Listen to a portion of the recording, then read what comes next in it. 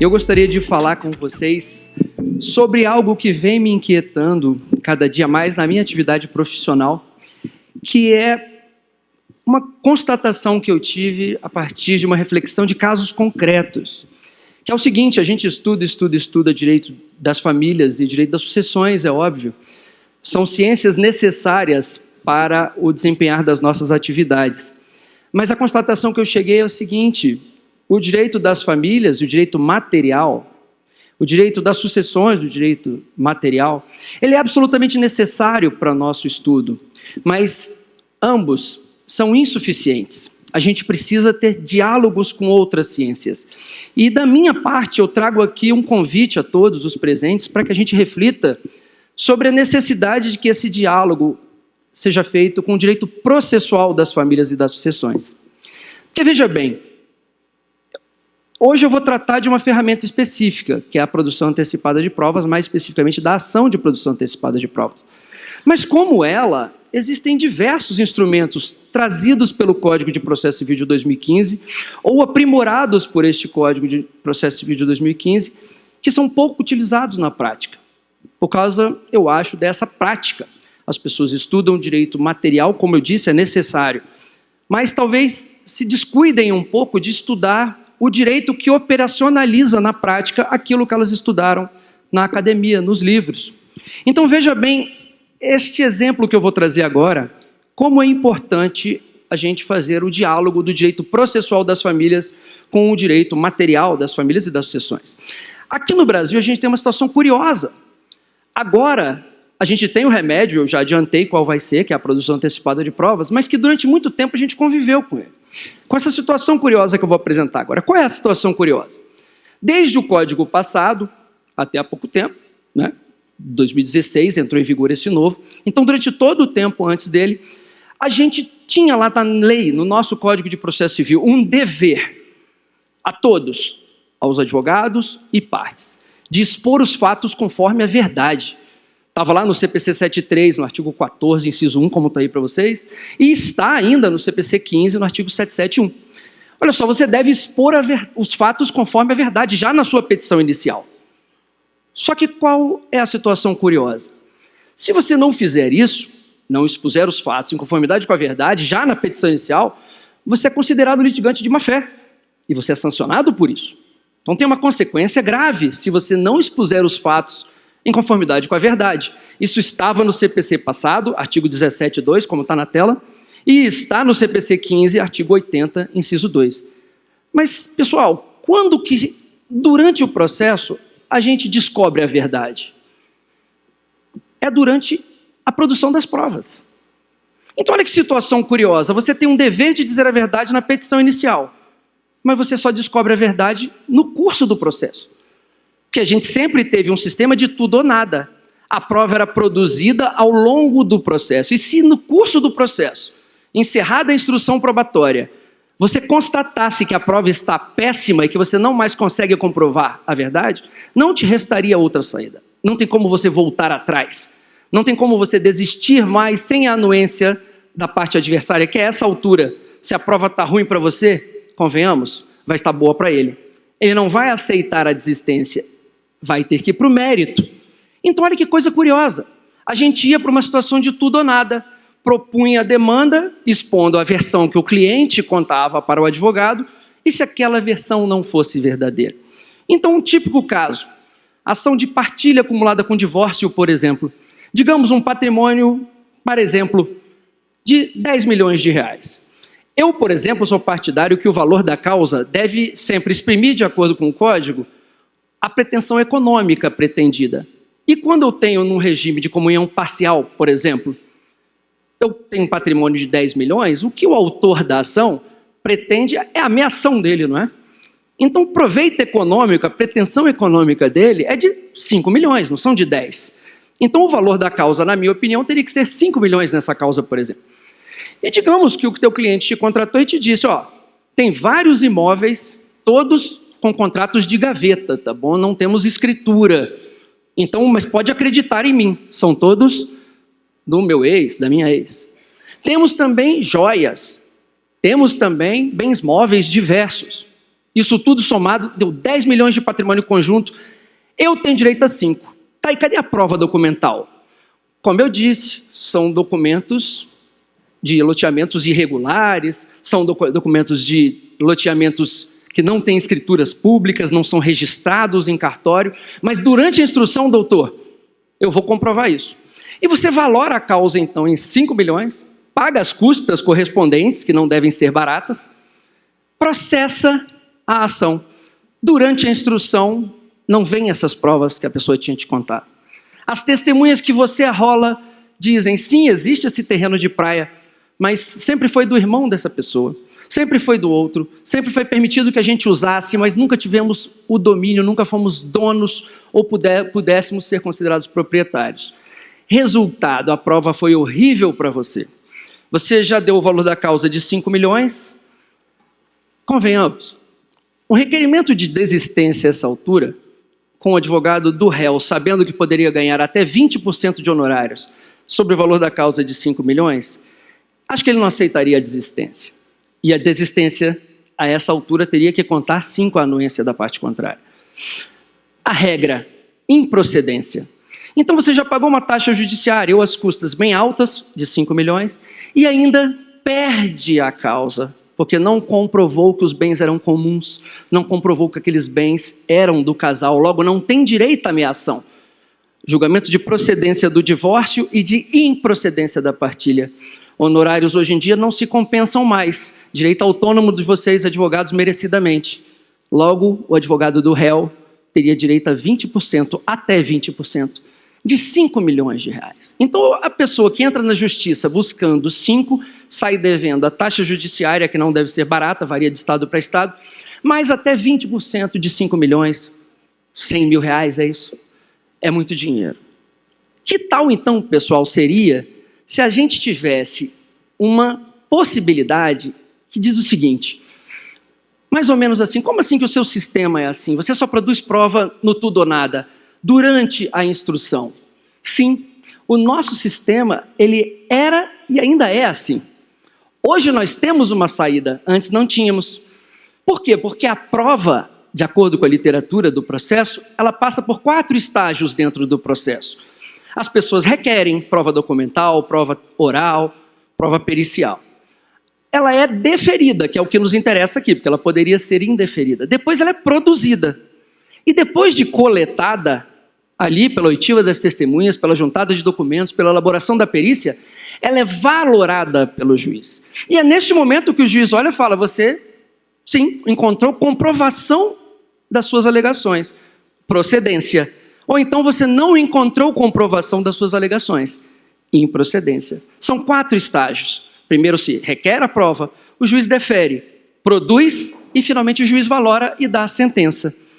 Que tal então, pessoal, seria se a gente tivesse um sistema em que eu pudesse produzir a prova em um expediente sem ela ser valorada?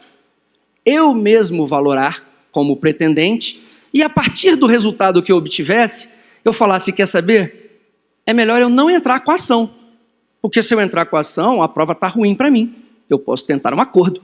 Ou então aconselhar o cliente, no caso de vocês advogados, não mexa com isso, não entra que você pode tomar uma improcedência. Ou então, se a prova for ótima para vocês, sim, podemos entrar, elabora melhor uma estratégia processual. Então que tal seria se a gente tivesse algo como já é há muito tempo consagrado no direito estrangeiro, o chamado direito autônomo à prova. Eu tenho uma ação probatória. Eu não tenho uma ação em que eu vou utilizar a prova para convencer o julgador. Eu só quero coletar a prova. Que tal seria? Muito bom, não é? Um procedimento, um instrumento em que o juiz meramente homologasse algo como se, em vez de 4 estágios, a gente só tivesse 3. A pessoa requeresse, o juiz deferisse, a prova fosse colhida e encerrasse ali. O juiz não valorasse. Muito bom, não é? Pois nós temos esse expediente. Ele se chama ação de produção antecipada de provas. Ela está no nosso Código de Processo Civil, novo, antes nós não tínhamos isso, exceto como uma cautelar, e aí como cautelar você tinha que justificar a urgência da medida. Mas foi consagrado no Brasil o chamado direito autônomo à prova, como no mundo ocidental em geral. E trouxemos para o Brasil essa ideia maravilhosa, ela está nos artigos 381 a 383 do Código de Processo Civil. E veja o que diz o 381, está aí na tela. A produção antecipada da prova pode ser admitida nos casos em que, olha esses 3 incisos. 1. Houver, sim, fundado receio de que a prova vai desaparecer. Então tem urgência. Como, por exemplo, num acidente de veículo, a marca da frenagem do pneu vai sair com a chuva, vai ser apagada com os outros carros passando por ali. Uma testemunha pode esquecer, falsas memórias podem ser implantadas numa criança, enfim, então há urgência. Mas se encerra nesse caso? Não. Olha outras 2 possibilidades abertas pelos outros 2 incisos do 381. A produção antecipada de provas também será admitida quando a prova que eu produzir viabilizar, olha só, a autocomposição ou outro meio adequado. Veja, você, advogado, entra com a produção antecipada de provas, o juiz defere, produz a prova, traz para o processo, mas ele não valora. Ele te entrega o processo para você valorar e traçar aquilo que é sagrado para os advogados. É a estratégia do litígio. Você pode viabilizar um acordo, você pode não promover a demanda, você pode aconselhar o seu cliente, esquece, não entra que é fria, a prova está horrível para você, você vai perder. Aí você pode estar se perguntando, e veja a terceira hipótese, o prévio conhecimento possa evitar o ajuizamento de ação. Então você pode estar falando, tá, Rafael, mas eu também vou pagar custas por isso, eu também tenho honorários, não dá no mesmo? Absolutamente não.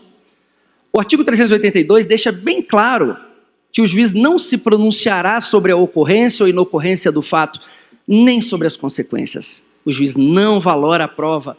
Se ele não valora a prova, não tem como ele exarar condenação nesse processo. Já que não tem valoração de prova, já que o que eu busco não é uma condenação, uma declaração ou uma constituição baseada na prova, eu só quero a prova. Eu não tenho conflituosidade, eu não tenho litigiosidade nesse processo. O que faz com que esse processo seja uma jurisdição voluntária. E jurisdição voluntária, pessoal, é muito simples para o Poder Judiciário. Por quê? Qual o valor da causa numa ação em que eu busque a verdade? Eu pretendo para o juiz, como naquele exemplo que eu disse agora há pouco, juiz, eu não estou pedindo o divórcio e a partilha dessa casa de praia, eu quero saber se esses bens são comunicáveis. Qual prova que você quer produzir? As provas que eu produziria no curso daquele processo. Então, testemunhas? Testemunhas. Eu preciso de uma perícia, porventura, uma perícia. Documentos? Documentos. O juiz age como se fosse julgar. Só que ele não emite julgamento. Ele produz a prova. Você quer ouvir testemunho? Então ele marca uma audiência. Você quer perícia? Ele marca uma perícia. A lei deixa bem clara, aqui no 382, no parágrafo 3º, os interessados poderão requerer qualquer prova. Então cabe prova documental, pericial, prova oral, os 3 tipos de prova. Então qual o valor da causa? O valor de alçada. Naquele caso que você quer investigar um patrimônio de 10 milhões, dá o valor de R$1.000. É desnecessário comprovar a urgência. Já passamos por isso. O STJ deixa claro. Cabe liminar, caso seja necessário, produzir uma prova por causa, por exemplo, da suspeita de implantação de falsas memórias, da suspeita que a testemunha vai esquecer o fato porque está próximo a uma viagem. É possível. O próprio STJ tem um julgado de 2023. E a parte mais agradável, por um lado, para quem investiga, não tem litígio na descoberta da verdade. Lembra, eu não busco a partilha dos bens, eu busco a investigação dos bens. A parte não pode se opor a isso. Eu busco a verdade, entre aspas. Então não tem condenação em honorários. Então vamos voltar para aquele exemplo? O valor da causa que lá seriam 5 bilhões, aqui você dá de R$1.000. Produziu as provas, não tem condenação em honorários, então não tem aqueles 20% sobre 5 milhões. É uma ação barata, rápida, eu faço na minha comarca várias, já fiz várias, é super simples, ótima de ser utilizada, cabe recurso, é claro, o STJ deixa claro. E o que é mais importante, pessoal, e aqui eu já encaminho para o final. A prova que você produz nela, na ação de produção antecipada de provas, ela vem para os autos sob a forma de um documento. Claro, nos tempos de papel, só para a gente raciocinar, no tempo de processo físico, seria um papel. A testemunha deporia, o juiz tomaria o depoimento dela em papel. O perito elaboraria um laudo e entregaria ao processo. Ou a prova documental já viria em papel. No caso da produção antecipada de provas, você não tem esse tipo de situação. Você produz uma prova oral, você produz uma prova pericial e produz uma prova documental. Na hora que você for, por exemplo, depois de avaliar o seu risco, o custo-benefício, vale a pena entrar com a ação, a prova foi boa para mim? Esta prova entra no seu processo como prova documentada. A prova documentada não se confunde com prova documental. A prova documentada, ela tem esse nome porque ela mantém a essência dela. Então, se você tem uma prova pericial durante a produção antecipada de provas, quando você juntar o laudo ao processo que você quis entrar, por exemplo, porque a prova foi boa para você, você tem uma prova pericial. Se você tem uma prova oral coletada na ação de produção antecipada de provas, quando você entrar com a ação, você tem uma prova oral. E isso é muito importante, não só em todas as ações de família, e aqui eu encerro, como no direito das sucessões. O que o artigo 612 do Código de Processo Civil diz? As questões de autoindagação, ou seja, aquelas que não estejam comprovadas por documento, vão correr por outras ações. As pessoas ainda acham que, quando o CPC no artigo 612 fala em documento, ele está exigindo prova documental. Não, ele tolera perfeitamente a prova documentada. Então você não precisa mais, quando o juiz das sucessões falar, isso é questão de autoindagação, você não precisa entrar com uma ação litigiosa pelo rito comum. Você pode entrar com a mera produção antecipada de provas e trazer o resultado daquela prova para o processo, porque ela preenche a hipótese fática que está lá no 612 do Código de Processo Civil, quando fala tem que ir para a questão, para as vias ordinárias, questão de autoindagação, exceto se for provada por documento. Esta é a prova documentada que é produzida na ação de produção antecipada de provas. Então, pessoal, eu encerro por aqui. Novamente, é uma grande oportunidade, um prazer enorme estar aqui em Belo Horizonte, essa cidade maravilhosa, no maior congresso do mundo de direito das famílias. Foi um grande prazer falar para vocês.